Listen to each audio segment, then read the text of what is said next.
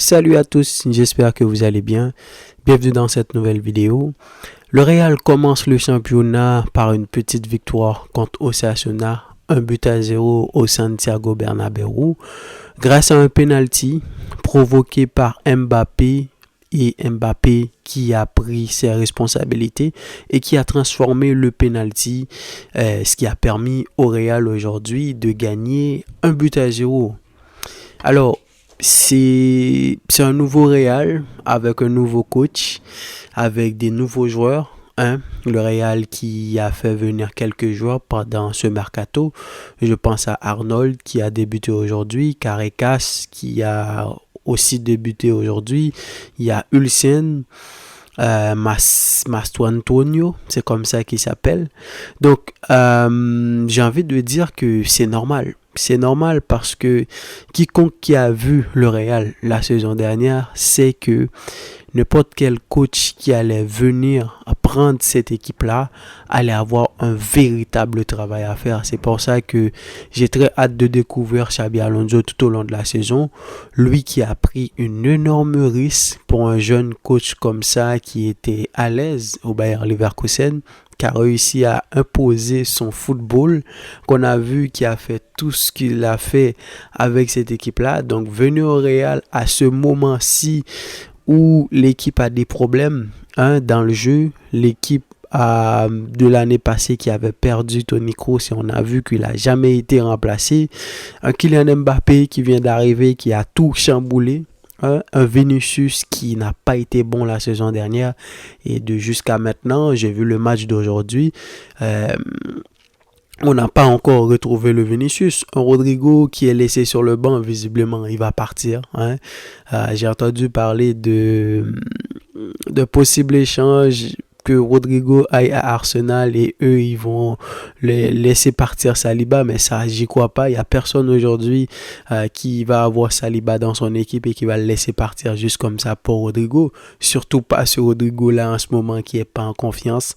On sait que le gars il a beaucoup de talent, mais c'est pas un joueur qui est en confiance, donc prendre Rodrigo et lâcher Saliba comme ça, c'est un énorme risque.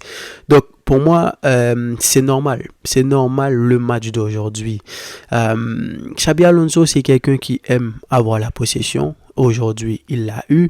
Mais pour une équipe qui n'a pas encore de véritable plan de jeu, pour une équipe qui n'a pas encore de créativité, une équipe où on sent qui est, je sais pas, qui joue un football, qui essaie d'avoir la possession, qui essaie aussi de presser. Mais quand tu joues contre Osasuna, ça ne te sert à rien parce que de toute façon, aujourd'hui, vous l'avez vu dans le plan de match, ils sont venus en 5-3-2. Donc, c'est une équipe qui va te laisser le ballon.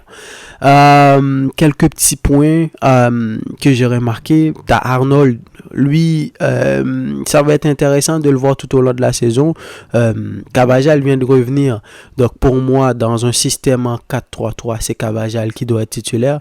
Arnold, malgré tout le talent qu'il a, c'est pas un gars ultra défensif. Aujourd'hui, dans les quelques petites actions qu'on a fait sur son côté, ça a été compliqué pour lui. Carreras, lui, de l'autre côté, c'est un très bon joueur. J'ai vu à Benfica, mais il va lui falloir du temps pour qu'il s'intègre dans cette équipe-là. Celui que je trouve qui s'est bien intégré, qui s'est déjà bien intégré, c'est Ulsen. Lui, il va être extrêmement important, surtout dans les sorties de balles. Il est très fort balle au pied.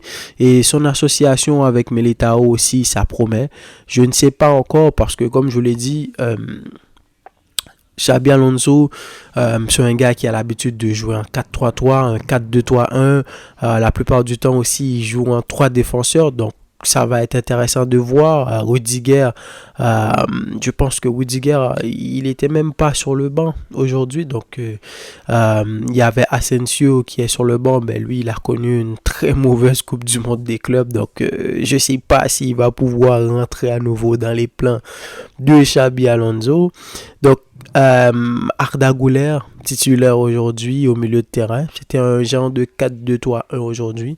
Il a essayé, mais pour un joueur qui avait besoin beaucoup de confiance, qu'il n'avait pas eu la saison dernière, donc va falloir que là aussi, que Xabi Alonso y bosse. Le le jeune joueur là, Mastro Antonio, qui est rentré aujourd'hui, pour moi, il promet. C'est un gars, d'ailleurs, même dans ses déclarations, on voit que c'est un gars qui a du caractère, c'est un gars qui va pas prendre de temps à s'intégrer. Donc, j'ai très hâte de voir qu'est-ce que ça va donner. Donc,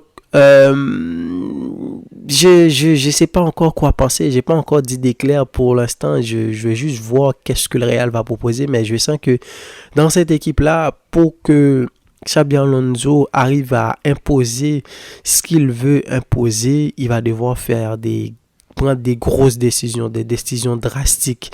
En avant, tu as Mbappé et Vinicius. Mbappé, lui, comme d'habitude, comme vous le savez, dans ces genres de matchs-là, t'inquiète pas, il va réussir à créer une action. Lui qui n'a pas fait un mauvais match aujourd'hui, comme je l'ai dit, il a provoqué le penalty, il a tiré son penalty. En avant, quand il reçoit quelques ballons, les rares ballons qu'il arrive à trouver, il arrive à dribbler un vis-à-vis, faire une passe, essayer des combinaisons, etc. Et à l'inverse, tu avais un Vinicius aujourd'hui qui, comme je vous l'ai dit, il est pas en forme. On ne sait pas ce qui se passe avec Vinicius. Depuis la saison dernière, c'est compliqué depuis la venue d'Mbappé. Et en ce moment, vu la situation qu'il y a au Real, Vinicius qui veut tel salaire et le Real qui est pas prêt à donner ce salaire-là. Donc, je sais pas, avant de parler du terrain, il y a beaucoup de choses d'extra sportifs qu'il va falloir régler. Et aussi, un Mbappé qui a son numéro 10. Et si vous regardez ce qui se passe, c'est que l'équipe va se construire autour de lui. Qu'est-ce que ça va donner?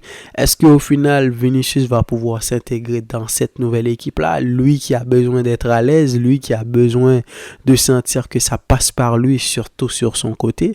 Ou un Rodrigo va finalement rester et gagner sa place? Quand je regarde le Real, j'ai plus d'interrogations que de réponses. Mais aujourd'hui, ils s'en sortent bien. Ça aurait pu mal se terminer. Imagine un match nul au Santiago Bernabéu ou même une défaite, même si ça aurait pas été surprenant. Mais c'est très bien pour Xabi Alonso, d'au moins malgré le match qui a été compliqué,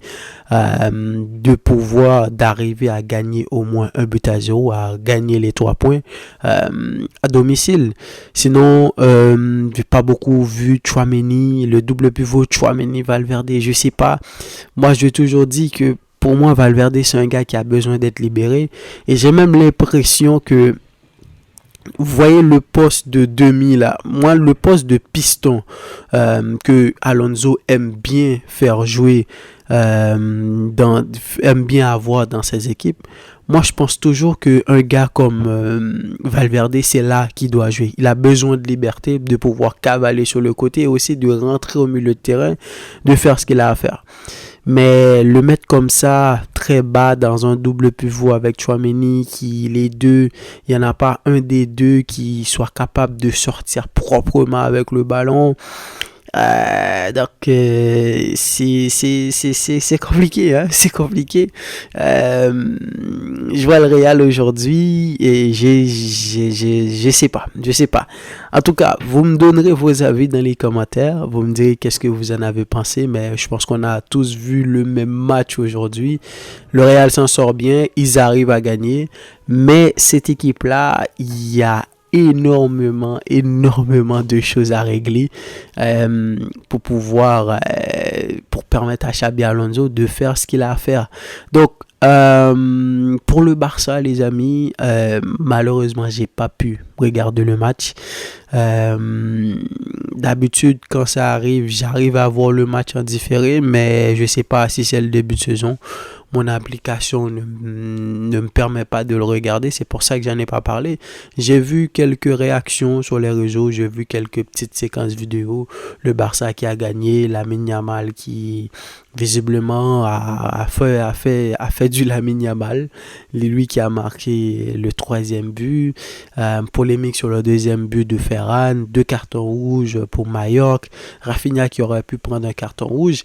Donc bref, ça a fait beaucoup plus parler en dehors du terrain que du terrain. Hansi qui a déclaré qu'il n'était pas content parce qu'il a estimé que son équipe ne s'est pas donnée à 100%.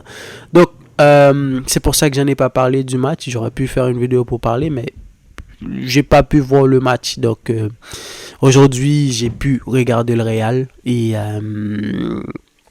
Donc, c'est pour ça que je suis venu parler du Real aujourd'hui. Donc, dites-moi qu'est-ce que vous en pensez, les amis. Et quant à moi, je vous dis à la prochaine pour une nouvelle vidéo. Salut!